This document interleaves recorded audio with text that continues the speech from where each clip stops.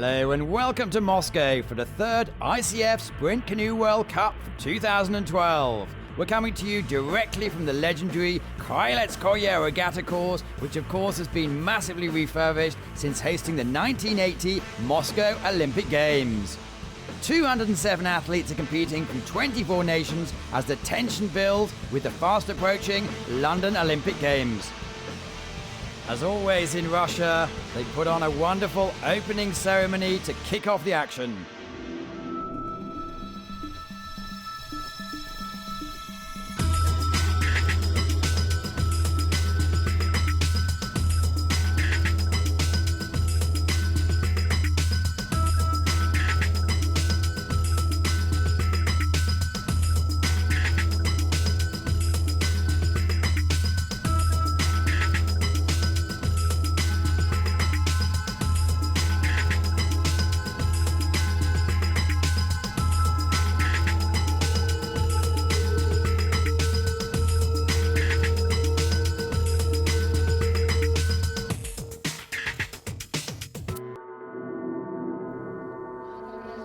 The action started with the men's 1,000 meter kayak race. And as we join them, they've just completed 250 meters. Not surprisingly, lane number 4, lane number 5 out in front. Canadian Adam van Coverdon, he is the world champion, is getting pushed very hard by the young Australian 25-year-old Murray Stewart. The conditions not easy. They're crossing the 500 meter mark to go and they're virtually standing still with this very strong crossed headwind. But it is Adam van Coverdon with his classic stroke taking out the lead. Murray Stewart still in it with 200 meters to go. Third place, Russia, Pavel Nikolaev, but it's Adam Kovalainen who's going to take an easy victory by over a boat length. Second, just sprinting through, is Murray Stewart, and third is Pavel Nikolaev with Jost Raksajsek in fourth place from Slovenia. Jost here in the picture is a convert from the slalom event where he competed for Athens, but no doubt about the first to cross the line, it's Adam van Coverdon for Canada. The result of the K1 men's 1,000 meters, first Canada, second Australia, third Russia. My race was good. It was really hard. It was a huge headwind and coming from the side a little bit, and the water was really inconsistent. So the first half of the race, it was a strong headwind, and then it got really strong in the middle, and almost felt like Murray and I stopped and then started again. And it was really challenging. And with 300 meters left, I knew I had to push it if I was going to get ahead of Murray, because we were both going to be so tired with the last 100 meters that I didn't want to leave it up till the very, very end of the race. So it was really hard. It was just slowing down the whole time. So.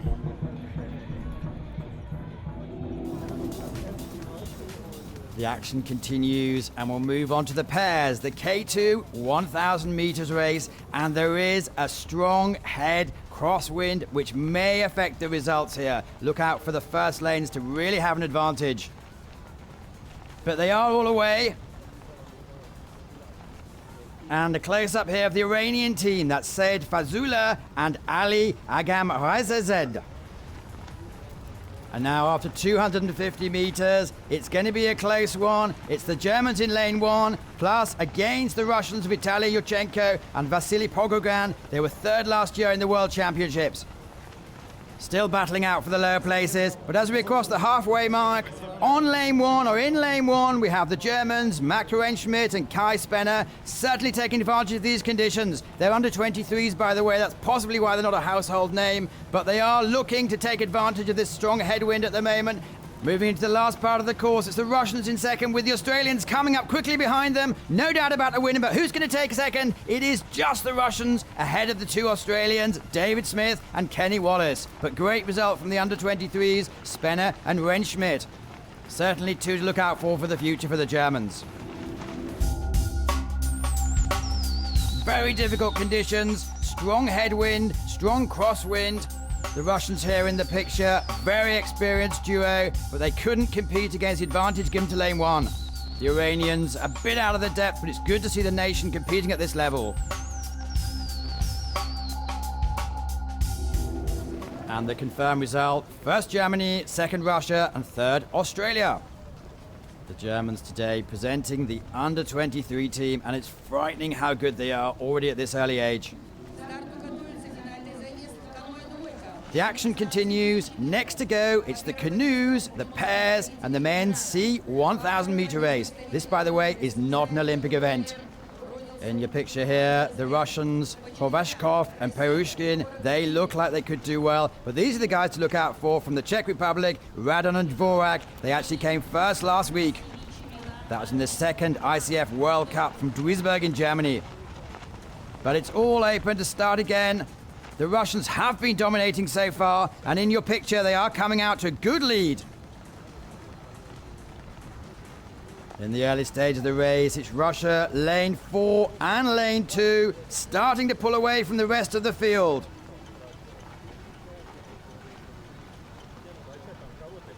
Pavel Petrov and Alexei Bouvray have more than a boat length lead for their compatriots at the moment. Can they hold on? Good front shot here. See the exact coordination between the two. And as we cross the line, yes, not a great surprise. It's Russia 1, followed by Russia 2, and the Czechs, who won last week, have taken the third place. Good result there from Petrov and Boudret. It's good to see the South Americans with Brazil and Venezuela also battling for the action.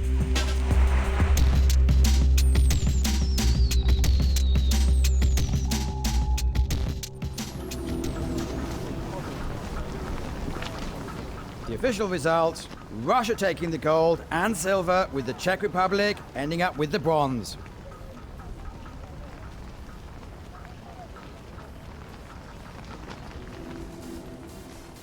Moving on to the K4, the Flying Fours going in the men's 1,000 meter final. And as you see, we have two Russians. The picture is showing the Russian second team, with the Iranian team improving all the way. Not likely to be on the podium, but it's good to see them competing. And they are away. These are the fastest guys in the field. They can get up to 25 kilometers an hour. But in your picture, not surprisingly, Medvedev, Vasiliev, Rykov and Zestov, they were third in the World Championships. And at the 500 meter mark, they're putting on a demonstration, with Australia trying to hold on in second place, but a long way back already. It really is a demonstration from the Russian quartet, with the Australians trying to hold on. This is going to be the Olympic boat, but as we come up to the end of the race, it's a very convincing victory for Medvedev, Vasily, Rykov and Zestov for the Russian team. Australia coming over, it looks like they're easing off. I hope they're easing off for their sake in second place. And third, it's the Russians a long way back taking the third, but a very convincing victory for the Russian A team. That's a demonstration of domination for the Russians in their home regatta.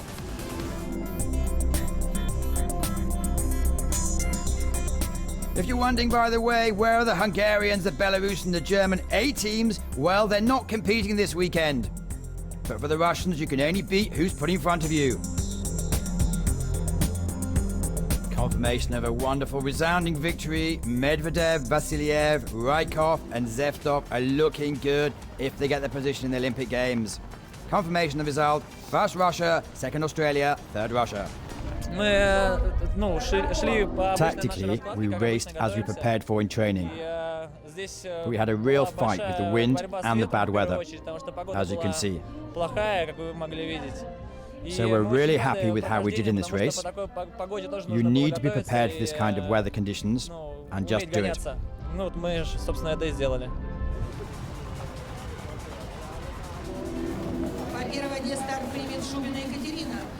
Carrying on with the action here from Russia, going from the 1,000 down to the 500. It's the first chance to see the women in action with the K1 500. One of the favourites here in your picture, Alana Nichols from Perth, Australia, had some good results in the last couple of weeks. She's been on the medal podiums both times, but perhaps the favourite in here, Vera Sobotova from Russia. Also to look out for is Anastasia Sagiva. The Russians really have a strong presence, and of course they are away. And that's the young German Nicole Beck who's showing. Germans do have an under-23 team competing today. But with less than 200 meters to go, it's lane number 6 and the Russian Vera Sobotova. She's starting to show her domination. However, Alana Nichols coming in the picture is always good for the fight back, but Russia takes it.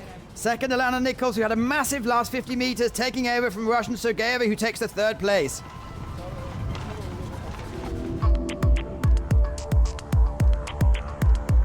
Vera Sabitova, never any doubt about who the victory was going to go to. She's going to be competing in every race she can in the next couple of days. Difficult conditions shows just the balance that these girls have to push the boat forward. Dominance once again from the Russian. And in your picture, it's good to see Hadiye Kazami from Iran. She ended up coming in 7th.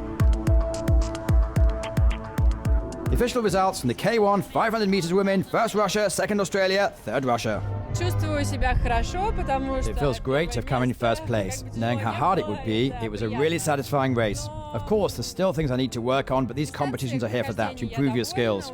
And as you can see, it wasn't easy today. It's been really strong wind, but in the end, it didn't stop me, and I raced the way I'd prepared for in training.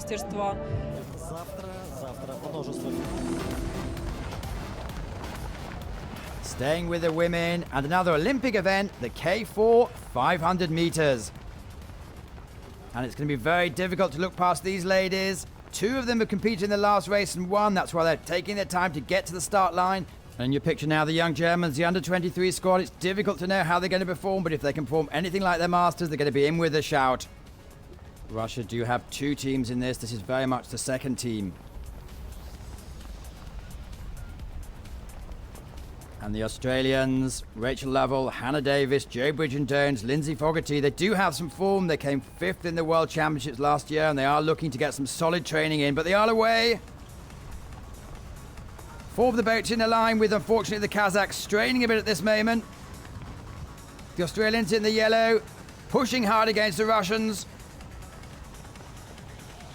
But there are the Russian favourites. And halfway line, 200 meters to go now. They are looking very strong. It's going to be very difficult to beat this foursome. And as they come to the line, Russia takes the victory. The German under-23s in 2nd, and Russian 2nd team just edge out the Australians for taking 4th. That's Labova, Sabitova, Sergeyeva, and Salakova. What a combination. 2 of the girls now got 2 gold medals. Rachel Lovell in your picture. She is English, but she emigrated to Australia with her family 4 or 5 years ago and has really settled in well. But look at the power and coordination from the Russian 1st team. Come across the line in lane 5 to take a well-deserved victory. Confirmation of the results: Russia 1st, Germany 2nd, Russia 3rd. Безумная гонка была, потому что ветер в лицо дул очень сильно. И мы кое-как выстояли в It was a crazy race because of a strong headwind blowing against us, but somehow we made it through good teamwork and good tactical racing from start to finish. Даже против такого сильного ветра. Две девочки, я и Вера Сабетова, мы гонялись одиночку сначала. Vera Sabitova and I, we had to race in the K1 at the beginning of the day, and after the awarding of the K1, we had to run to be on time for the start of the K4 race. We only had 3 minutes to get all the girls on board from the platoon, and as fast as we could go, we had to race from the starting blocks. All the boats were there waiting for us. We did a U-turn, and the race started a few seconds later, thanks to the officials to have indulged in us.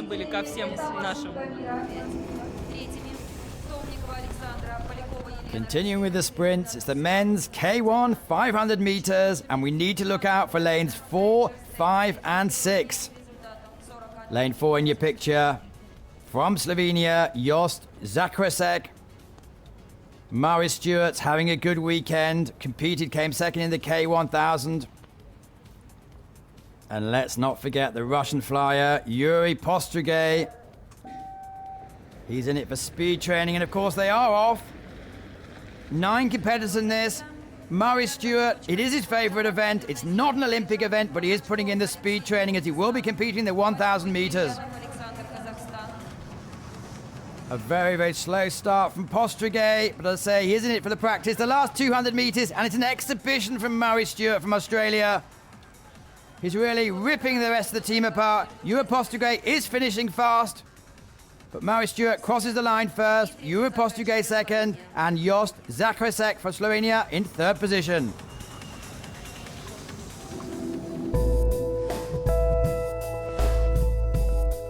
Struggle to get going, but once they're in it, he's not smiling, by the way, he's gritting his teeth.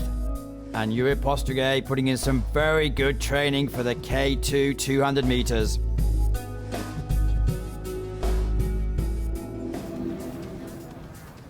Results for the K1 500 metres: 1st Australia, 2nd Russia, 3rd Slovenia.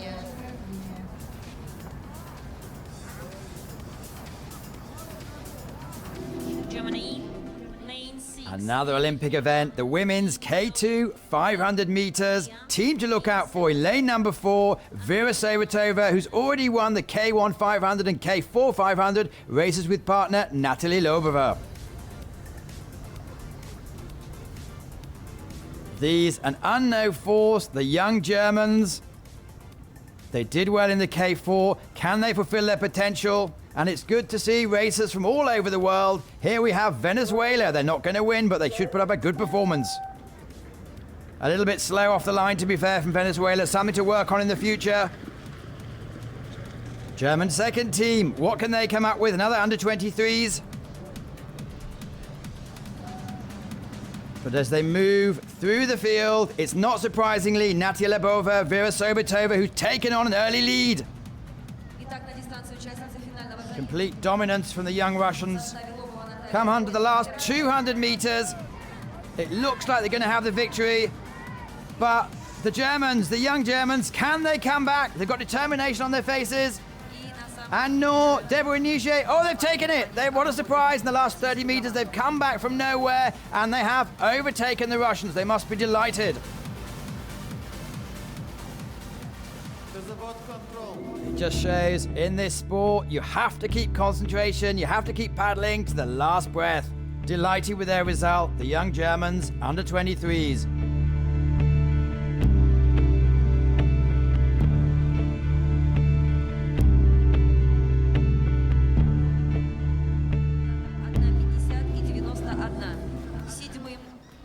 Confirmation of the result.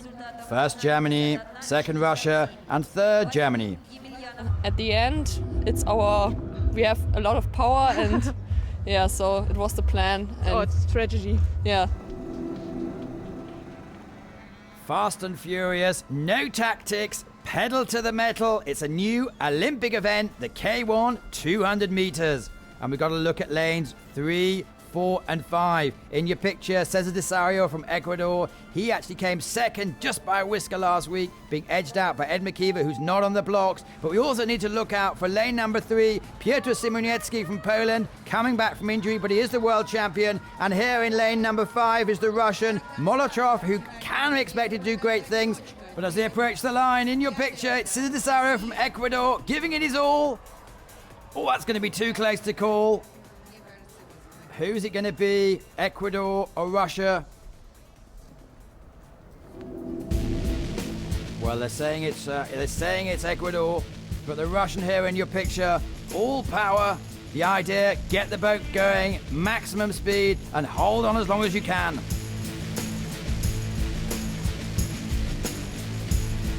Confirmation of the result: first Ecuador, second Russia. Third, Simuniecki is in training, lane number 3 from Poland. Mi regata, bueno, es para mí muy. It was a very hard race, very difficult. I had to be extremely concentrated, and the weather really wasn't helping us at all. Staying with the short sprints, but switching disciplines to the canoe. This is the men's C1 200 meters final. And let's look out for lanes number 4 and 5, both from Azerbaijan. Andrei Kaitoin picture, won a couple of weeks ago in Poznan. And his master, Valentin Damyanenko, is the current world champion. Kostelov from Russia, also been on good form recently.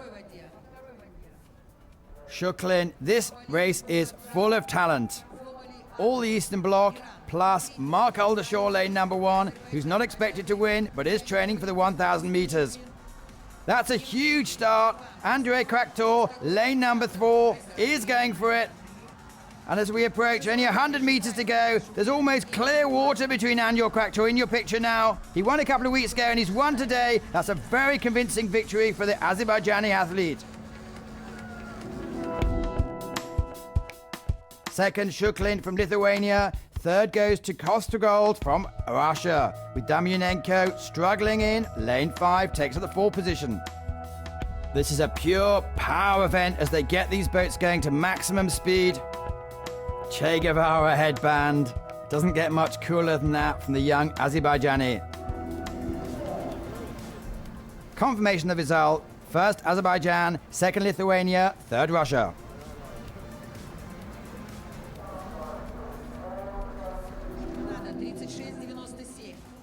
Switching to the women and switching back to the kayaks. It's an Olympic event. It's the K1 200 meters. Again, lanes 4, 5, and 6.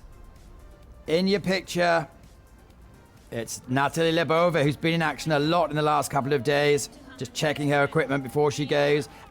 And the girls are off. Also look out for Elena Nichols, who's been medaling right throughout the last few weeks. But as we approach the halfway point, it looks like the Finn, Jenny Mikkonen, is taking up the lead, but Elena Nichols in the picture, always known for a fast finish. Can she come back today? But she's going to be struggling at the moment. She's down in 4th or 5th position. As they come over the line, it's Jenny Mikkonen from Finland who takes it. A rare victory from Finland. Second, Lebova from Russia. And third, Podolskaya from Russia. Came from nowhere.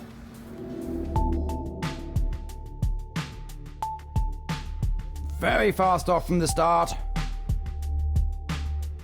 Alana Nichols here from Australia has actually entered in the 200 and the 500 of the Olympic Games. She'll now go home to perfect her technique.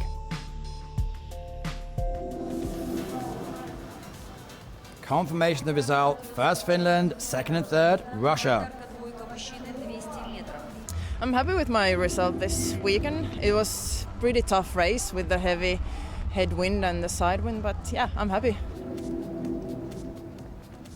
We're in chain with the big boys. It's the men's canoe. It's the C2, 200 meters. Going to be a fascinating battle. In lane number 5, we have the current world champions, Labuktas Gitatis from Lithuania, against, probably for my money, the Russians who won last week, Viktor Melantiev and Nikolai Lipkin.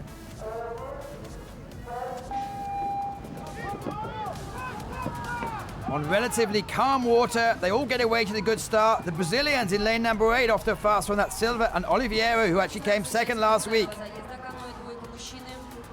Bit of a surprise here because they haven't done much in the last few weeks. It's the world champions right in the middle, Labuktas and Gediksis, who seem to be wearing the black, who seem to be coming through the strongest. Here they are.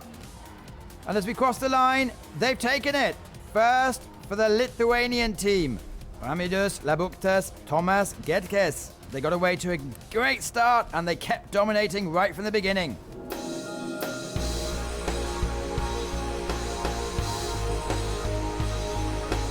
And it's great to see the Brazilians in the medals. 4 years until the Olympic Games. That's Silva and Oliveira on the medal podium for the second time in 2 weeks.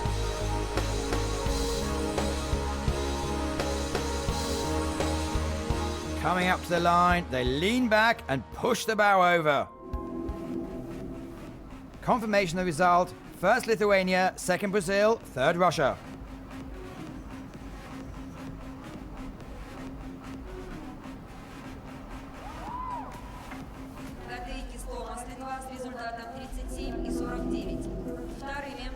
The last event of your day is for the real sprinters. It's the women's K2 200 meters.